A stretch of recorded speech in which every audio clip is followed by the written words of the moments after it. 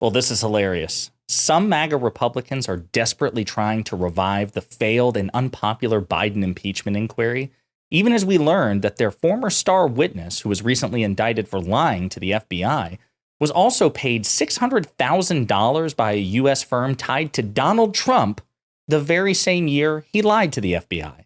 But before we unpack all that, if you end up liking this video and you want to support the channel, please be sure to hit the like, subscribe, and alert bell before you go. I'd greatly appreciate it.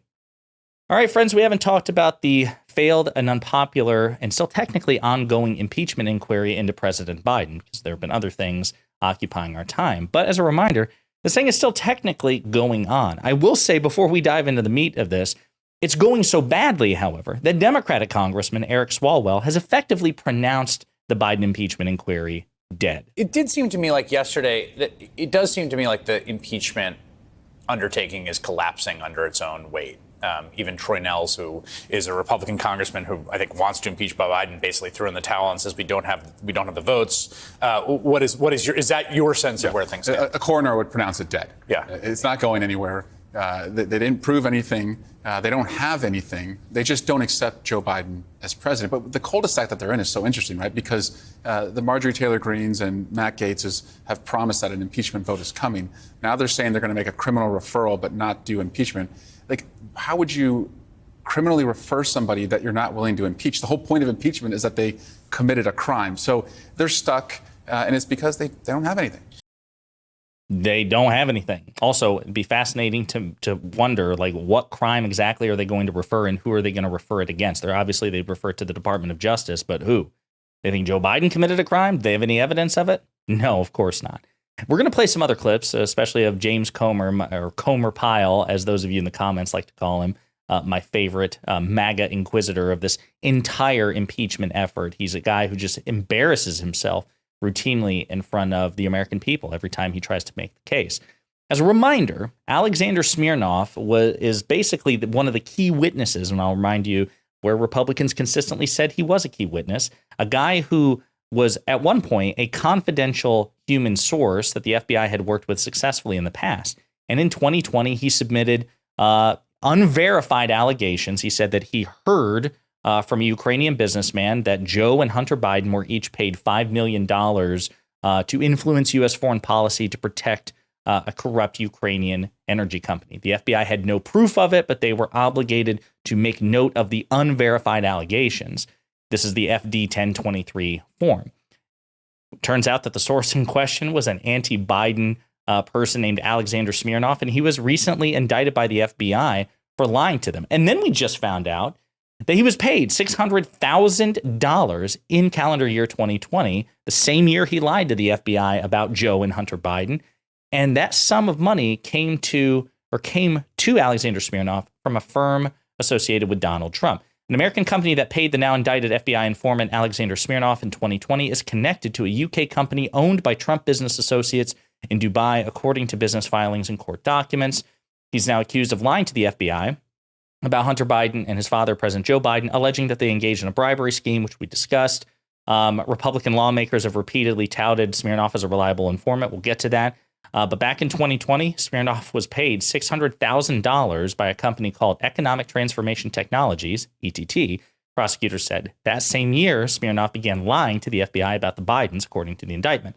So he was paid by ETT Texas, which is affiliated with Christopher Condon, who is affiliated with ETT Investment Holdings in London, who's tied to Shahal Khan and Farouk Arjamand, and then both are tied to Donald Trump.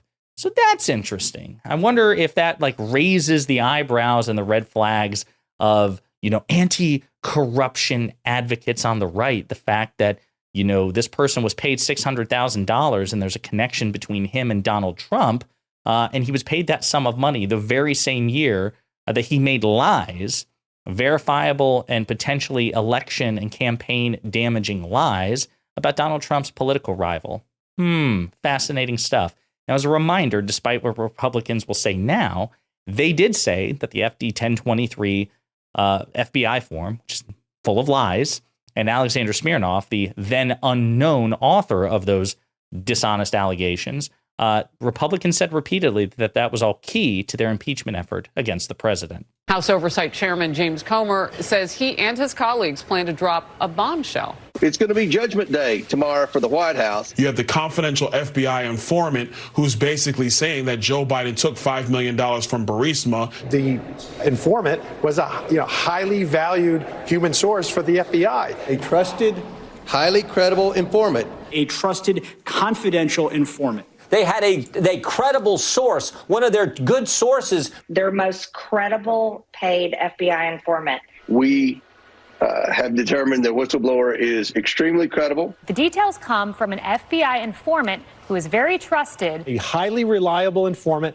that has always checked out all the information he's ever given us has checked out. A confidential human source that had been reliable previously to the FBI. A confidential human source gave credible information. This FD 1023 is damning. I do a podcast 3 days a week, Verdict with Ted Cruz. The podcast has gone into the details. This is a very crucial piece of our investigation. Yeah, so there's no getting around it. They hyped this thing up when it was convenient for them. As a matter of fact, Sawyer Hackett, a journalist, pointed out, here's just a few of the times Ted Cruz used the now indicted FBI informant's BS allegation to promote his podcast. Because I've got a podcast called The Verdict. And by the way, again, Ted Cruz is running for re-election in Texas against Colin Allred.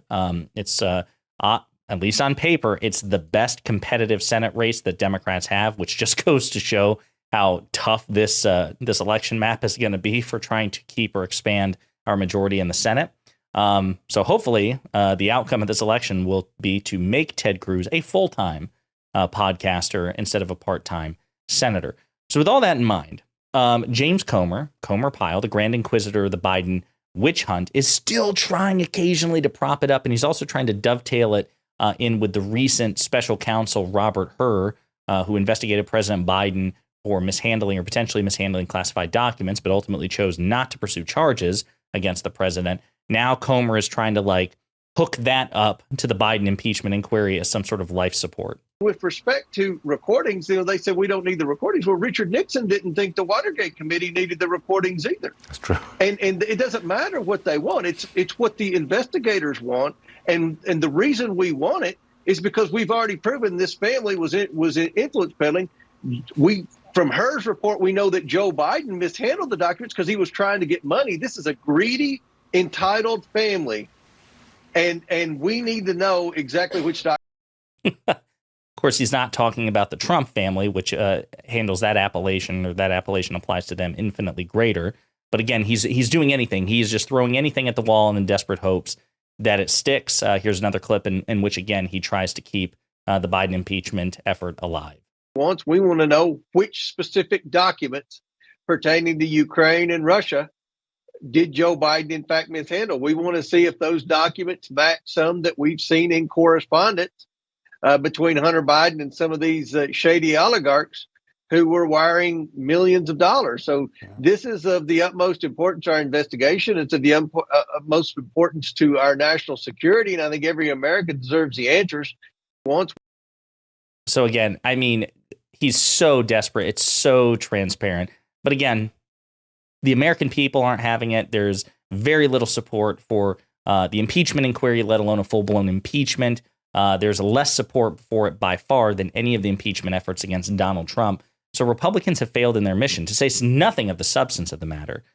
Even Republican Darrell Issa and others, we've talked about in previous videos. Fox News commentators, conservative commentators, Republican politicians have said this was an absolute misfire. This is a joke. We just need to wrap it up. You have Darrell Issa saying that I believe we need to bring this to a conclusion with respect to the impeachment. One House Republican leadership aide said this: Jim Jordan and James Comer are becoming the chairman who cried wolf, promising there's a there, over and over again, and producing nothing anywhere close to an impeachable offense.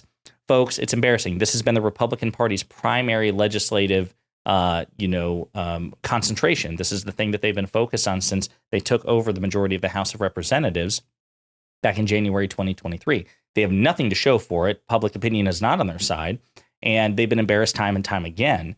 And it's actually driving away Republican politicians. This is one of the reasons that far-right Republican Congressman Ken Buck is not only not seeking re-election, he is prematurely announcing his premature retirement, in large part because he says that the Republican Party is broken and dysfunctional, and it has polluted the impeachment process into a partisan political tool.